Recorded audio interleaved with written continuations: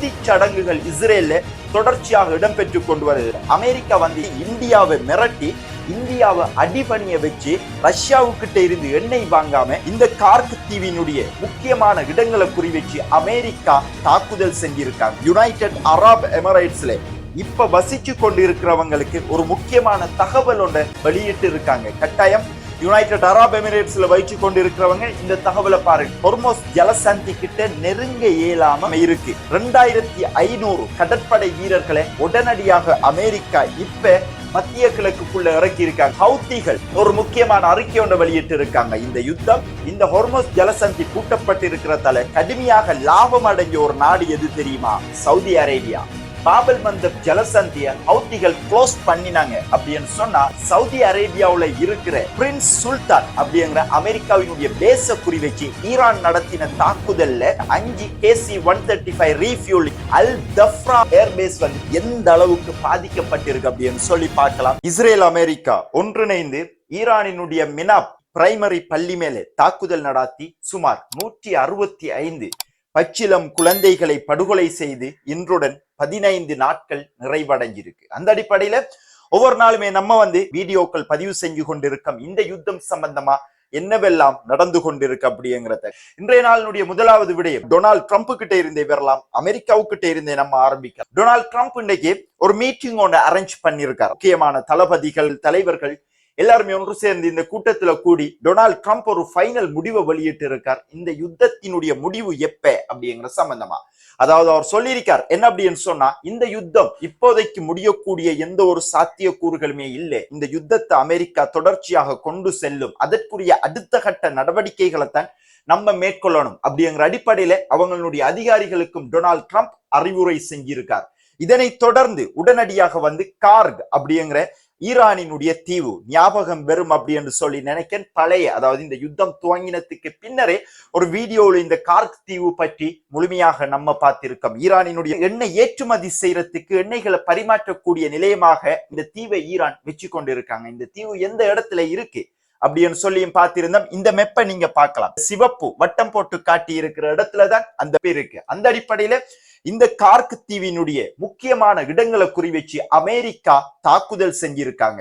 இந்த தாக்குதல் எப்படி இருந்துச்சு அப்படின்னு சொன்னா, விமானங்களை கண்காணிக்கிற கண்காணிப்பு கோபுரத்தின் மேல தாக்குதல் செஞ்சிருக்காங்க. ஜோஷன் அப்படிங்கிற கடற்படை தளமும் இந்த தீவுல இருக்கு. அது மட்டும் இல்லாம ராணுவ நடவடிக்கைகளுக்காக பயன்படுத்தப்படுற வான் பாதுகாப்பு கோபுரத்தின் மேலையும் இந்த தாக்குதலை அமெரிக்கா செஞ்சிருக்காங்க. பட் ஆயில் ஃபெசிலிட்டிஸ்களுக்கு எந்த தாக்கமும் பெரிய அளவுல வரல, பட் தாக்கப்பட்டிருக்கு அப்படிங்கிற அடிப்படையில இவ்வாறான ஒரு தாக்குதலை திடீர்னு இன்னைக்கு அமெரிக்கா ஈரானினுடைய முக்கிய இடத்தின் மேலேயே தாக்குதல் செஞ்சிருக்காங்க. இந்த தாக்குதல் செஞ்சதை தொடர்ந்து யுனைடெட் அரப் எமிரேட்ஸ்ல இருக்கிற ஃபுஜைரா அமெரிக்காவோட சம்பந்தப்பட்ட எண்ணெய் ஏற்றுமதி இறக்குமதி களஞ்சியப்படுத்தி வைக்கிற இடங்களை குறிவச்சு ட்ரோன் தாக்குதல் செஞ்சிருக்காங்க.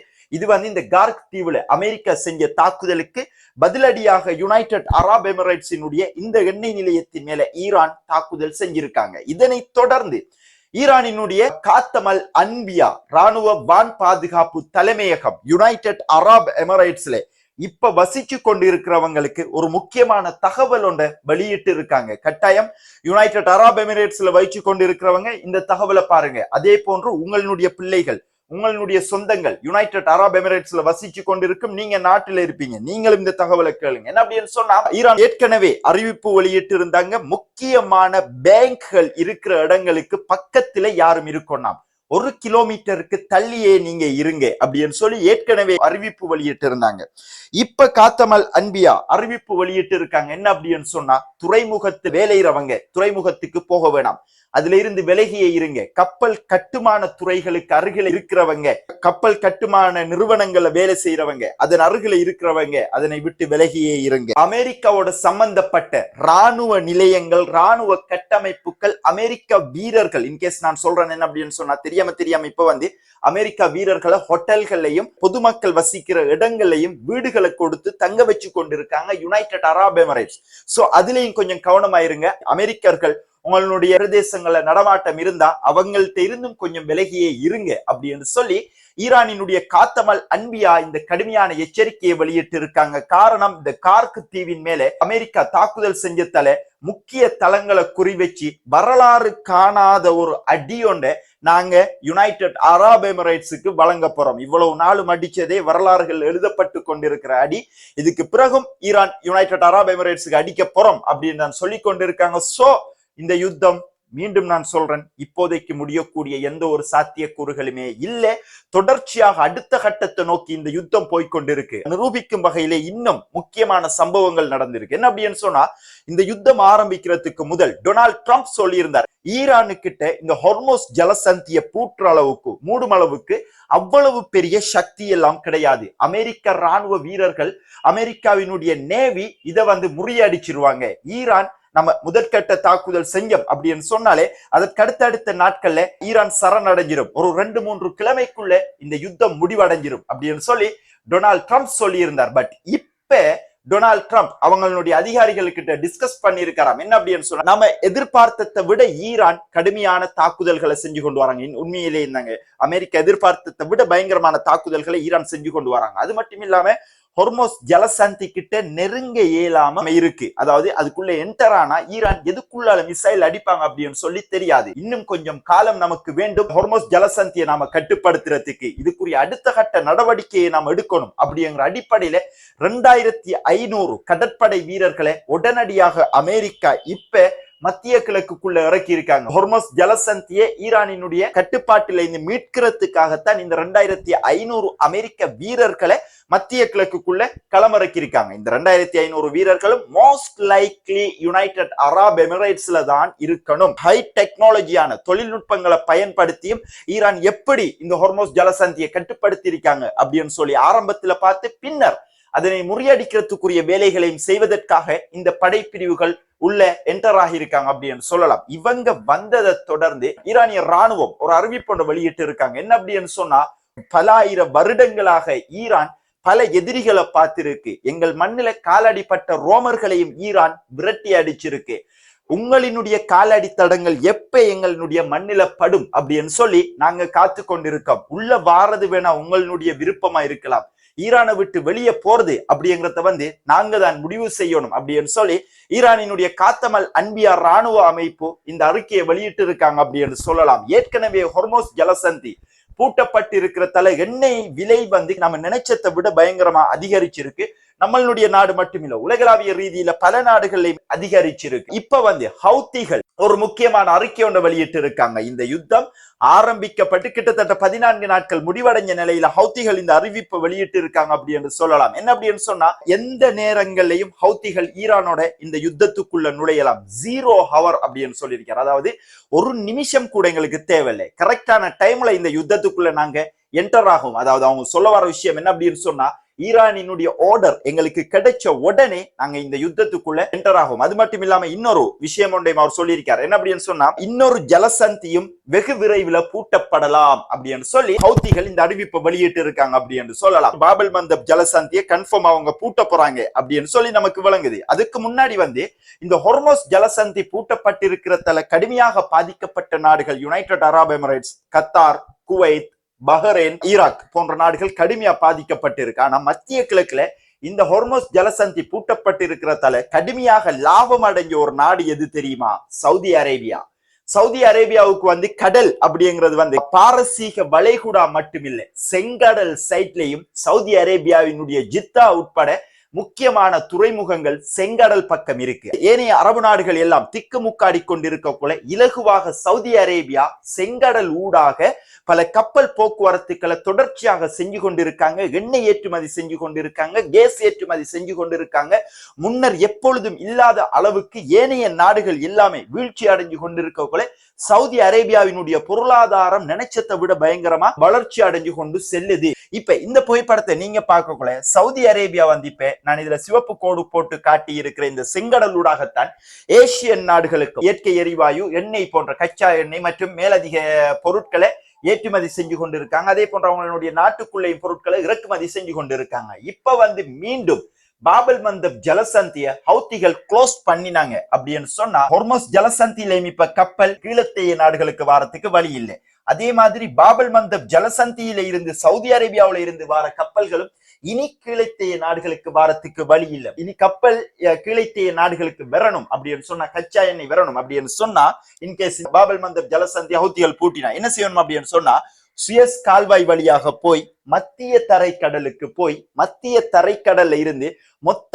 ஆப்பிரிக்காவையும் சுற்றி கொண்டு வந்து கிளைத்தேய நாடுகளுக்கு இந்த பெட்ரோல், கச்சா எண்ணெய் போன்றவை வர வேண்டிய சாத்தியக்கூறுகள் இருக்கு. இது சவுதி அரேபியா இவ்வளவு ரிஸ்க் எடுத்து செய்யக்கூடிய வாய்ப்புகள் இல்ல. இப்ப இருக்கிற பிரச்சனையை விட இந்த பாபல் மந்தப் ஜலசந்திய ஹவுத்திகள் பூட்டினா வார பிரச்சனை இருக்கன, அதுதான் கடுமையான பிரச்சனையாக இருக்கும்.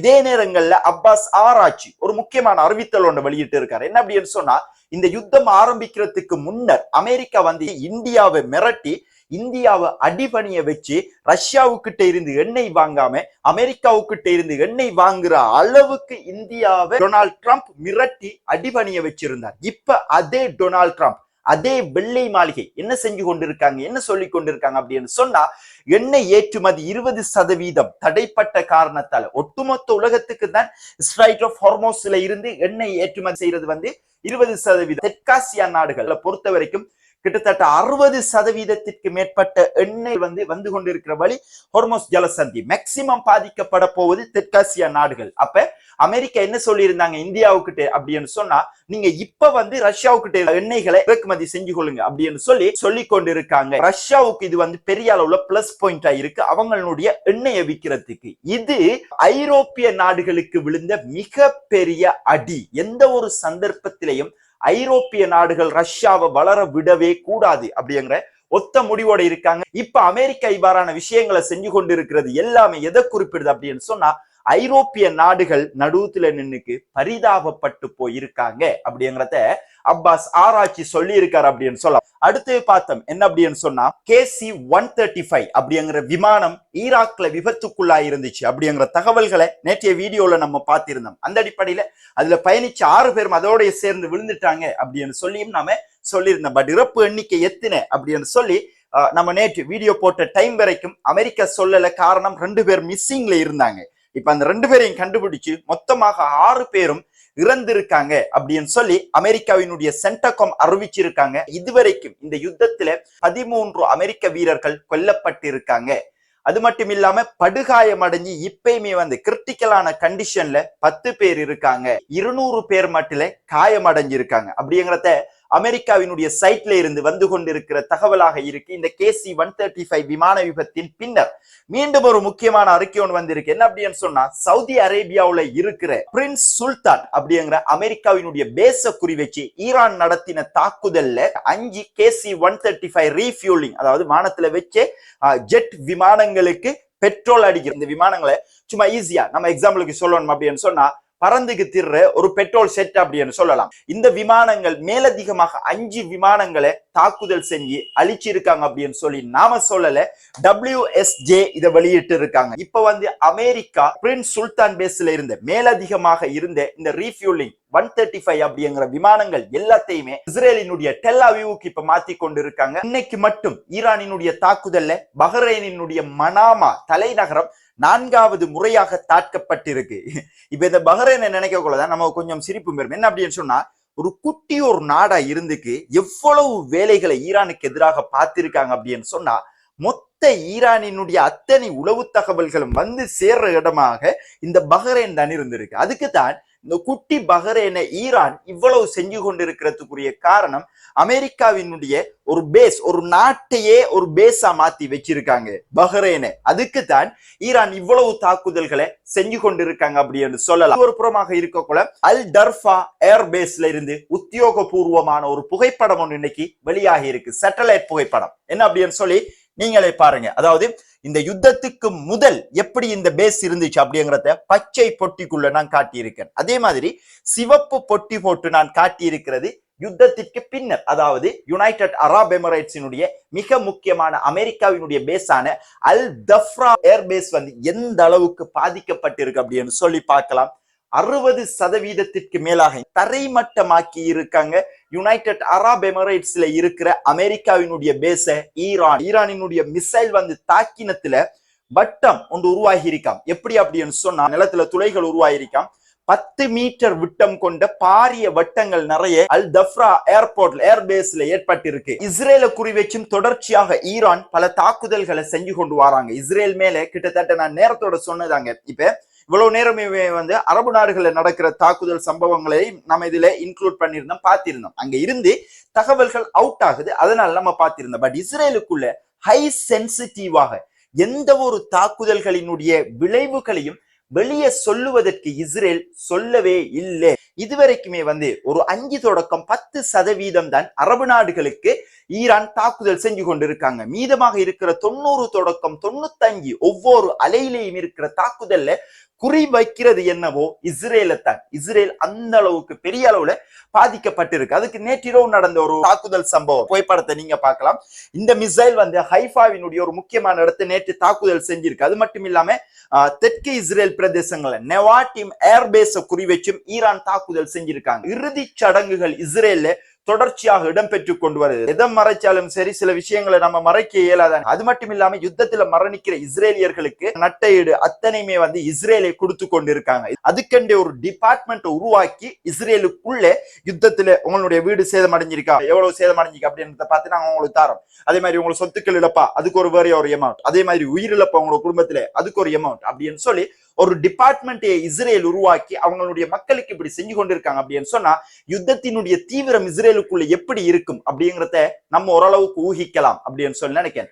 இது இப்படி இருக்கக்குள்ள அடுத்து பார்த்தோம் என்ன அப்படின்னு சொன்னா, இப்ப வந்து இஸ்ரேல்ல நடக்கிற தாக்குதல்கள் ஈரான் மட்டும் அடிக்கல, ஹிஸ்புல்லாக்களும் சேர்ந்து பல தாக்குதல்களை செஞ்சு கொண்டிருக்காங்க. குறிப்பாக சொல்ல போனா 10 நிமிஷத்துக்குள்ள 100 ராக்கெட் எல்லாம் இஸ்ரேலுக்கு ஹிஸ்புல்லாக்கள் அடிச்சு கொண்டு இருக்காங்க. ஈரானினுடைய தாக்குதல் வரக்குள்ள அதே போன்ற ஹிஸ்புல்லாக்களும் அந்த மிசைல்களினுடைய டைமிங்கை கல்குலேட் பண்ணி இஸ்ரேலுக்கு அடிச்சு கொண்டு இருக்காங்க. இதுக்கு இருக்கிற ஒரே ஒரு தீர்வு தரைப்படை நடவடிக்கை எடுத்து ஹிஸ்புல்லாக்களை மொத்தமாக தெற்கு லிட்டானி நதிக்கரையில இருந்து வெளியேற்றினா மட்டும்தான் ஹிஸ்புல்லாக்களினுடைய தாக்குதல்களினுடைய வீரியத்தை குறைக்கலாம். அப்படிங்கிற அடிப்படையில லிட்டானி நதிக்கரை வரைக்கும் இருக்கிற பிரதேசங்களை கைப்பற்றுவதற்கு ஒரு பெரிய ராணுவ நடவடிக்கைகளை செய்வதற்கு இஸ்ரேலும் தயாராகி கொண்டிருக்காங்க. அப்படிங்கிறத இஸ்ரேலினுடைய தரப்புல இருந்து பல முக்கியமான செய்திகள் நமக்கு குறிப்பிட்டு சொல்லுது அப்படின்னு சொல்லலாம். அந்த அடிப்படையில இன்னைக்கு நடந்திருக்கிற மேஜரான முக்கியமான விஷயங்களை நம்ம உங்களுக்கு எடுத்துக்கு வந்து சேர்த்திருக்க. வெளிநாட்டுல இருக்கிறவங்க நீங்க எல்லாருமே வந்து நம்மளுடைய வீடியோக்களை தொடர்ச்சியாக பார்ப்பதனூடாக நீங்க இருக்கிற நாட்டுல உங்களுடைய கவர்மெண்ட் சொல்லாத செய்திகளை நாம உங்களுக்கு கொண்டு வந்து சேர்த்து கொண்டிருப்போம். தொடர்ச்சியாக இதுவரைக்கும் உங்களுடைய முக்கியமான நேரங்களை ஒதுக்கி நம்மளுடைய வீடியோக்களை பார்த்ததுக்கு மிக்க நன்றிகள். Thank you very much.